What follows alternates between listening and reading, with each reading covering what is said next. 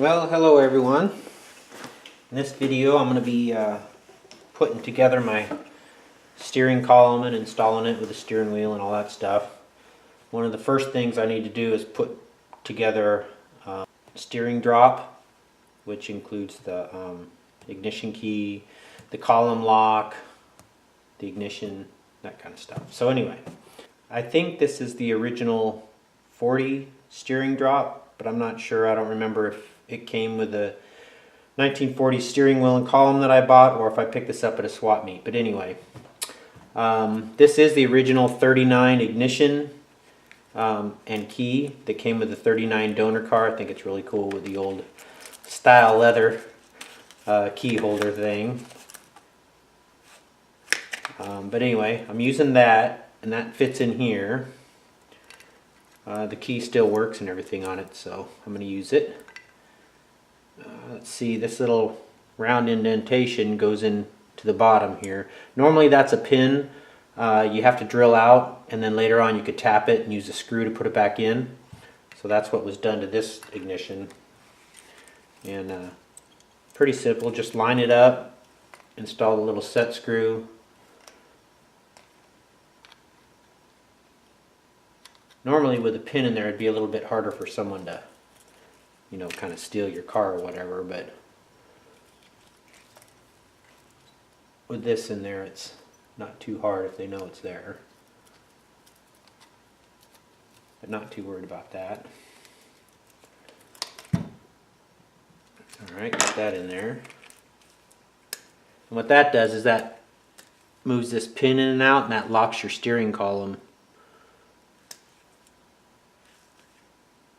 And then on the back, this is the original one out of the 39, and this is basically your ignition switch. It gets power to the coil. It's pretty cool, pretty basic. It's just got a little tin box. It's got a pivot point right there.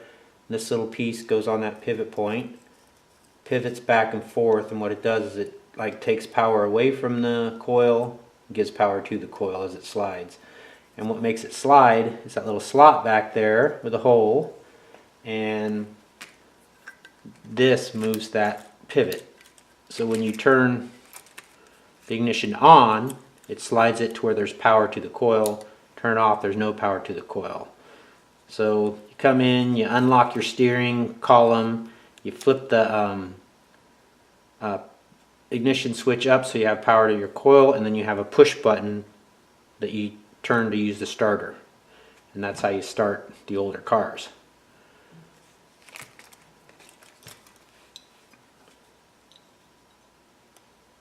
Anyway, this goes on there like that with the slot.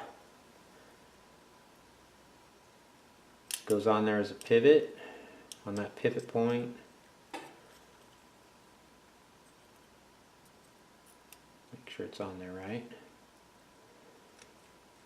And then the back side of it, it's got your contacts there.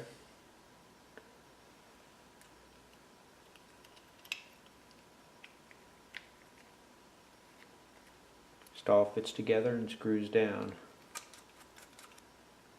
So this should move that, lock and unlock. So now I could slide this over the column. Okay, so I took the lock assembly out so that plunger for the column lock is back a little bit farther.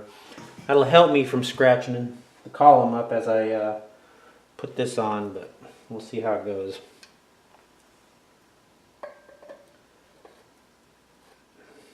It's a pretty tight fit.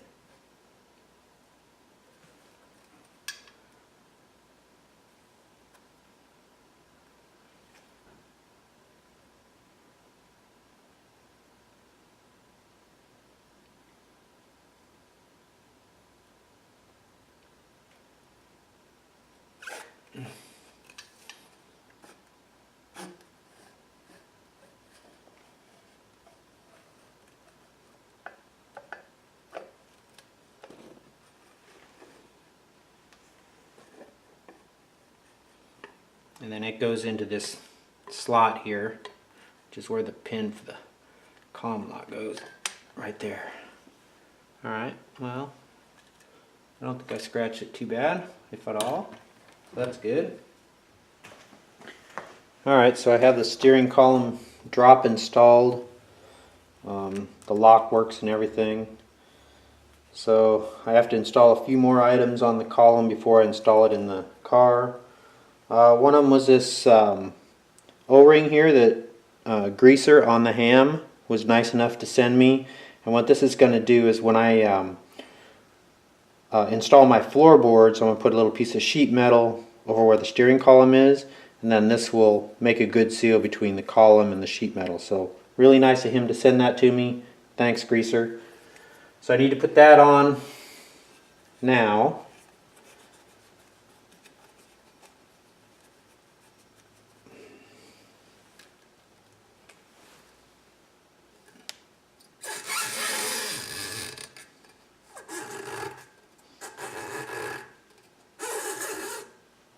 Probably somewhere around there.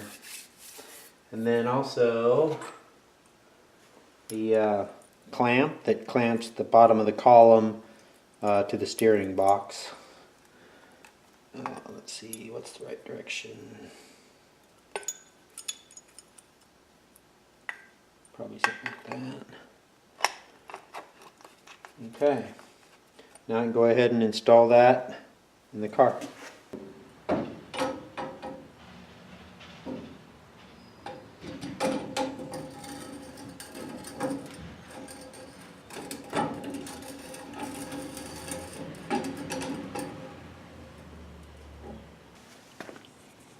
There's a little felt washer there, you got to make sure that's installed. And then the column will slip right over this. There's a groove here, and there's a groove in the column that matches.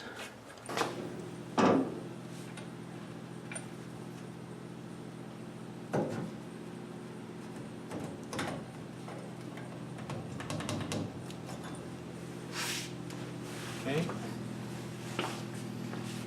And then it'll slide further down once I line up the lock on the steering shaft and the steering column. Then I have my little steering drops that I made, and they slide on the bolts here, and then the column will mount up. Alright, got the column drop all mounted, and next will be the steering wheel. There's a little keyway you gotta make sure you put in. And the steering wheel has a slot in it that matches up. Right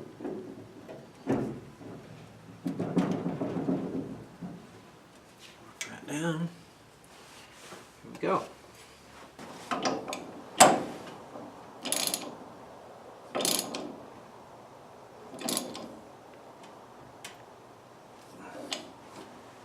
Alright, so the keyway's in to keep the steering wheel aligned with the steering box, and the nuts tight so that the taper and everything keeps the wheel tight in there. And you can see there's a pretty good gap between the column horn and the steering wheel. I'll just raise the column up before I clamp it down to close that gap up correctly. Alright, close the gap up to where I think it looks good, and then I'll just tighten the clamp on the bottom of the steering column. Normally you would run a horn wire through the steering shaft, but I'm going to leave that out for right now. So I have my spring and the horn button. They should just go on.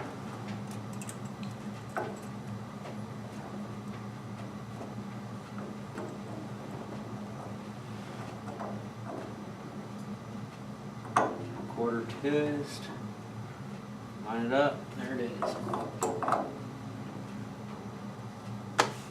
Cool. Alright, well there it is, all installed and done. Looks a lot better than when I started. Well, that's it for this video. Thank you for watching.